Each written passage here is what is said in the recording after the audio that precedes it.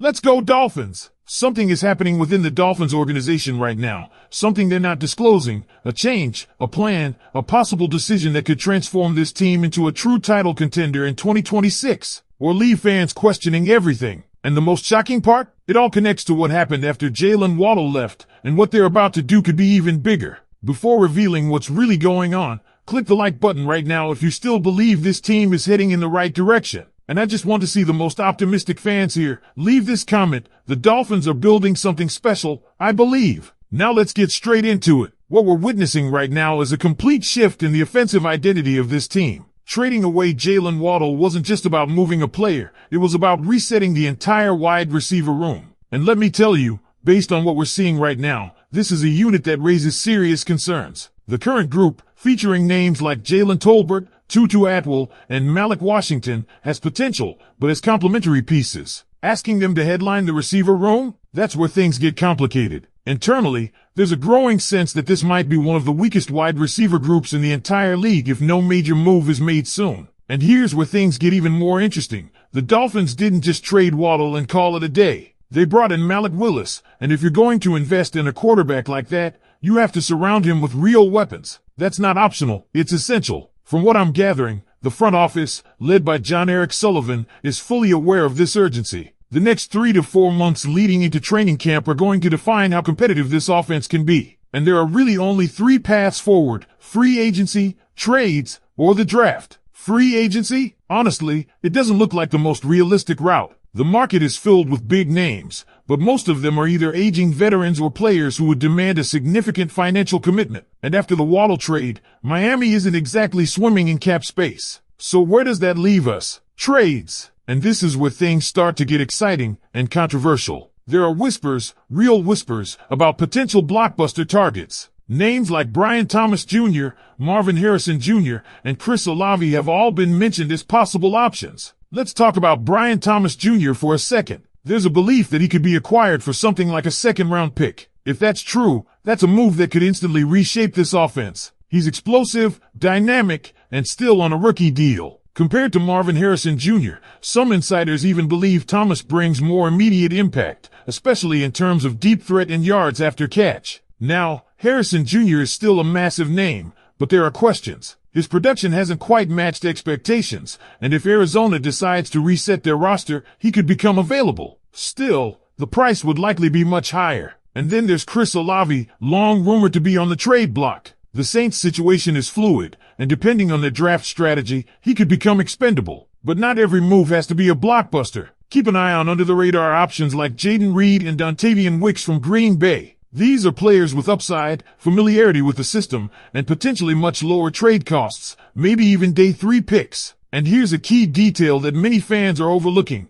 With Waddle gone, the Dolphins are no longer locked into a specific receiver profile. Before, they were looking for size to complement smaller receivers. Now, the door is wide open. Big, small, fast, physical, it doesn't matter. They just need playmakers. That flexibility could completely change how Miami approaches both trades and the draft. And speaking of the draft, there's a growing belief that the Dolphins might not go wide receiver in the early first round at all. Instead, they could follow a model similar to what we've seen in Green Bay, finding elite talent on day 2 and day 3. With multiple picks in the top 100, Miami has the ammunition to completely rebuild this receiver room in one offseason. But here's the real question that's dividing the fan base right now. And here's where things really start to heat up behind closed doors, because from everything being discussed internally, the Dolphins are not planning to sit still. This is not a passive front office right now. They understand the magnitude of losing a player like Jaylen Waddle, and more importantly, they understand what's at stake with Malik Willis stepping into this new era.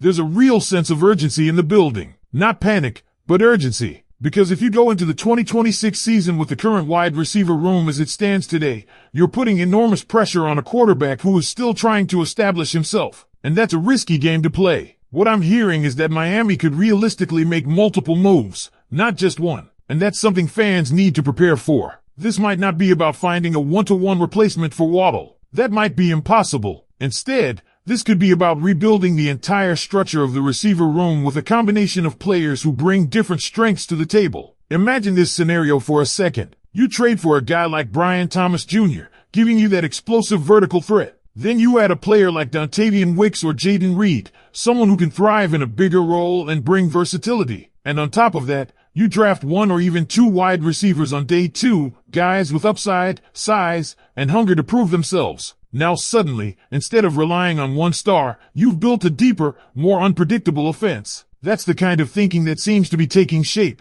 And let's not ignore one subtle but very intriguing storyline, the connection between Malik Willis and C.J. Daniels. This is the kind of move that flies under the radar but can have real impact. They already have chemistry from their time together, and sometimes that familiarity can accelerate development in ways stats don't show. Daniels isn't the flashy headline name, but as a later round option, he could become a valuable red zone weapon. Now, another key factor here is how John Eric Sullivan tends to operate. If you look at his history and the system he comes from, there's a clear pattern, building through the draft, especially on day 2 and day 3. That tells us something important. Even if Miami makes a trade, don't be surprised if they double down in the draft. This could be a full-scale rebuild of the receiver core, not just a quick fix. And let me challenge you with something here, Dolphins fans. What if this move, trading Jaylen Waddle, wasn't just about losing a star, but about creating flexibility? What if the front office believes that spreading resources across multiple players gives them a better shot at building a complete offense rather than relying heavily on one elite receiver? It's a bold strategy, and it's definitely going to be debated. Because on one hand, you're losing a proven playmaker, someone who gave everything to this team since 2021 and delivered one of the best rookie seasons in franchise history. On the other hand, you're opening the door to reshape the offense in a way that might better fit the vision for 2026 and beyond. So now it all comes down to execution. Will the Dolphins land that big-name receiver in a trade? Will they uncover hidden gems in the draft like we've seen other franchises do? Or will this gamble backfire and leave the offense struggling when the season kicks off? Make sure you're subscribed, leave your like, and keep an eye on the screen for the next video, because as soon as something breaks, you already know we're going to bring it straight to you. And let me take you even deeper into what could be unfolding, because there's another layer to this story that not everyone is talking about yet. This isn't just about replacing production on the field, this is about identity. For years, the Miami Dolphins offense had a clear identity, speed, explosiveness, and big plays, with Jaylen Waddle being one of the central pieces of that philosophy. Now, with him gone, there's a real possibility that the entire offensive scheme evolves into something different, and that could directly impact how effective Malik Willis becomes in this system. Because let's be honest here, Malik Willis is not the same type of quarterback Miami had before. His strengths, his style, the way he reads the field, all of that demands adjustments, and the front office knows it. So instead of just asking who replaces Waddle, maybe the better question is, what kind of offense are the Dolphins trying to build now? Are they going to prioritize vertical threats like Brian Thomas Jr., stretching defenses and opening space downfield? Or are they looking for versatile weapons who can operate in different areas, create mismatches, and give Willis easier reads? That decision is going to shape everything. And here's something else that could surprise a lot of fans. Don't rule out the possibility that Miami adds more than 2 receivers before the season starts. With 7 picks in the top 100, including multiple selections in the 2nd and 3rd rounds, the Dolphins have a rare opportunity to completely reload this position group with young talent.